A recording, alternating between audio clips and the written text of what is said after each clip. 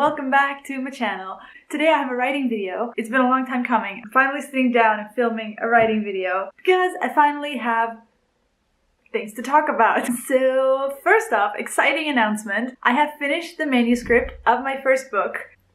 I finished it in like the middle of January, so I'm now in the querying process of the whole thing with that book. This means I have so much more time to be working on my new project. My new project though. So I've been outlining this new story for probably the past 9 months, kind of on and off, because I was working on my main book mostly, and then sort of whenever I had time I would like work on this new little thing, but I didn't really have the time to work on it. But now I do, and oh my god, I'm having the best time. This is an idea that I am so thrilled to be developing. The idea for this story came to me in bed one night, and I got so excited about it that I just got up to write it down, because I was like, this is something I should not forget. This is something we're gonna have to do. And it's like the more I think about it and the more I develop the world and the characters, the more I fall in love with it. And I'm so excited, and I can't wait for it all to just be on paper and not in my head anymore, because there's just so much swimming in my head right now. It's a fantasy, probably a duology or trilogy. I haven't really figured that out yet, but it's going to be set over the course of probably quite a few years. It's pretty different from the last book I wrote. Mainly, I feel like the scale is a lot bigger. It's a lot more complex. My first book, the one that I finished, is, I wouldn't say small scale, but it has a certain smallness to it, in the sense that there's not that many characters. My main character was 8 years old. In this case, there are so many characters. There are going to be multiple points of views. I have a whole magic system to develop. There's a lot that goes into it this time, and it is so fun to do, but also it's a lot of work, which is why, you know, I'm still in the outlining process. I haven't started writing yet. My goal is to finish outlining by the end of March, so that in April I can start writing the first draft. Let's hope I can get it done. But yeah, now that I have more time to work on the outlining and I'm doing it every single day, it's just making me so anxious to just get it out of my head onto paper. It's the most gratifying thing to have this big idea in your head and then to be able to have it down on paper. Like, I can't describe to you how good that feels. Now when I look at my manuscript for my first book, like, the amount of happiness I feel looking at that manuscript is indescribable. Even if I never managed to publish this manuscript, if I never managed to sell a single book, like, that's, you know, I mean, preferably I would like to publish my books, but, you know, like, just looking at my book gives me so much happiness that it just makes the whole thing so worth it. I want that for this book, because if I can accomplish what I want to accomplish with this book or these books, oh man, my life's gonna be complete. It's gonna be so good. So yeah, I'm excited. So I'm definitely not a pantser when it comes to writing. I'm definitely someone who needs a clear idea of where they're going before starting to really write the story. And I think that has to do with confidence. Not having all the information is just kind of unnerving to me. Like, it makes me feel insecure. Like, what if the story doesn't turn out the way I envisioned it? Or what if I have to rewrite the whole first half of the book because the second half of the book doesn't match it anymore? Definitely haven't had that happen before. These are things that I have learned from mistakes that I've made in the past. And I've learned that I am someone who needs to know everything about everything before she starts writing. So in this video, I want to just talk about the things I do to outline my book, because it's not as simple as writing a synopsis. I mean, not to me anyways. I know a lot of writers do a lot of different things to outline their books. What I do is kind of a mix of what I've seen other people do, and I've just been doing what works for me. So what do? Very important, I write character bios of all my characters. And I do mean all my characters. I don't care if it's the protagonist or if it's like the protagonist's grandmother that's mentioned once. I will know their name and what they look like.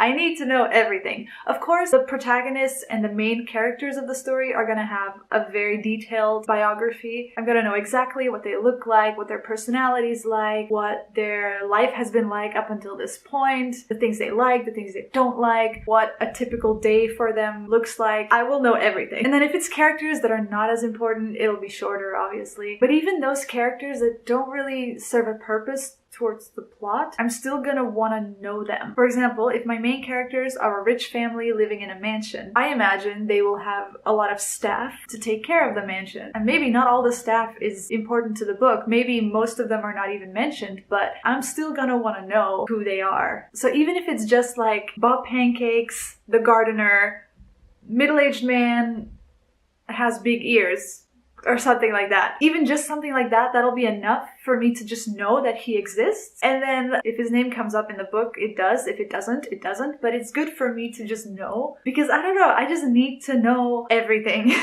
So yeah, I write character bios for all of my characters. Then I might also write some specific relationship bios. Like if two characters' relationship is important to the plot, then I write that down. I will write down how they are in the beginning, how it evolves, what happens, and how that leads to character development or plot development. This is just for like those specific characters where it actually really matters, because I really want to get that down. Then I also write a description of the world that I'm writing in, especially because it's fantasy. There's a lot of world building that needs to be done. So in this case, I'm really trying to be as detailed as I personally feel needed, which is probably a bit too much. Like I tend to go very, very detailed. Not that all that information is going to end up in the book, but for me personally, I want to know every single thing about this world that my characters live in, because that just makes it so much easier to write. If I just know everything, then I don't have to think about, oh, what would happen if this happens. I just know, because that's how the world works. I just think it's better to have too much than too little, especially because I really don't want to make any mistakes, like continuity mistakes or just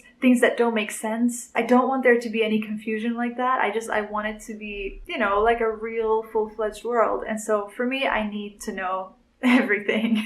I also write descriptions of the most used locations in my book. If a lot of my book is going to take place in a park somewhere, then I'm going to want to know what the park looks like, what kind of trees grow in that park, what the layout of the park is. Do they have fountains? Do they have a children's playground? I don't know. I need to know. So yeah, those ones I write a detailed description of as well, so that when I'm writing a scene in that location, I don't have to really think about that kind of stuff. I know the place. And then of course I write a synopsis of the book. Because my story is going to be told over the course of more than one book, this is the stuff that's been the trickiest to figure out, because I've never written something that's more than one book. So I've been really kind of focused on learning how to do that. Like I've been taking online classes on how to do that and stuff, because yeah, that's something I'm not as experienced in yet. Another thing I do, which I think is very important, is I write down all the little scenes, the little blurbs, the little dialogues that pop into my head when I think about this story. For example, the scene that popped into my head that one night that made me want to start writing the book in the first place, I wrote that down in great detail, because now every time I look at that scene, I just get so excited and I just want to write it. And it's important to have those things to keep you motivated. I just have like a couple of like key moments in the series, certain dialogue in the story that I think is just like has to be in it somewhere, and I just have those all together somewhere in a file. And yeah, looking through that is just so motivating. And whether I end up using them or not is not as important as the purpose they serve now, which is keeping me excited and motivated. And then finally, I also just write a more detailed synopsis of the whole story, book by book, chapter per chapter. Ideally, I guess I should do this last, after I've finished all the above things I mentioned.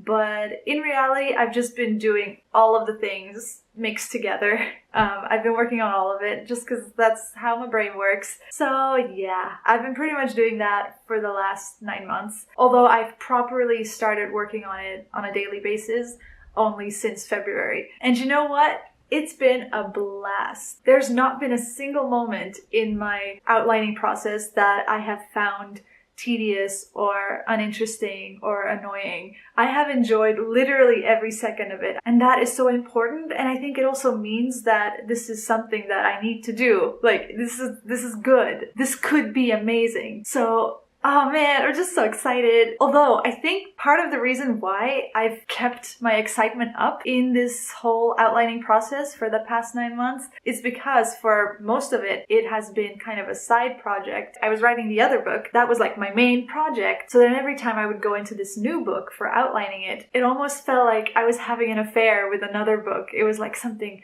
new and exciting because, I'd been working on this for so long and it was kind of like the same thing every day, but then this was kind of like the new sparkly thing. It was really like having an affair with this other book because I legit kind of felt bad whenever I was working on this book instead of the book that I should have been working on. So yeah, that might have to do with it. So now that's over, and so this new story is my main priority. So I don't know how that's going to change the way I feel about it. For now, I've been working on it every single day and I've been loving it. Yeah, I'm still super excited about it.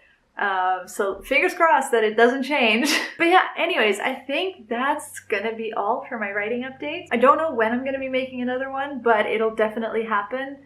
Just whenever I have an update, I guess. So I hope this was interesting.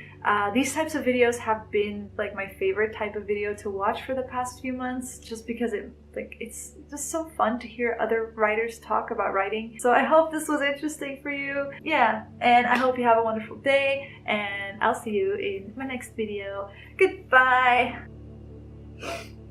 Oh, I'm still filming. Bye.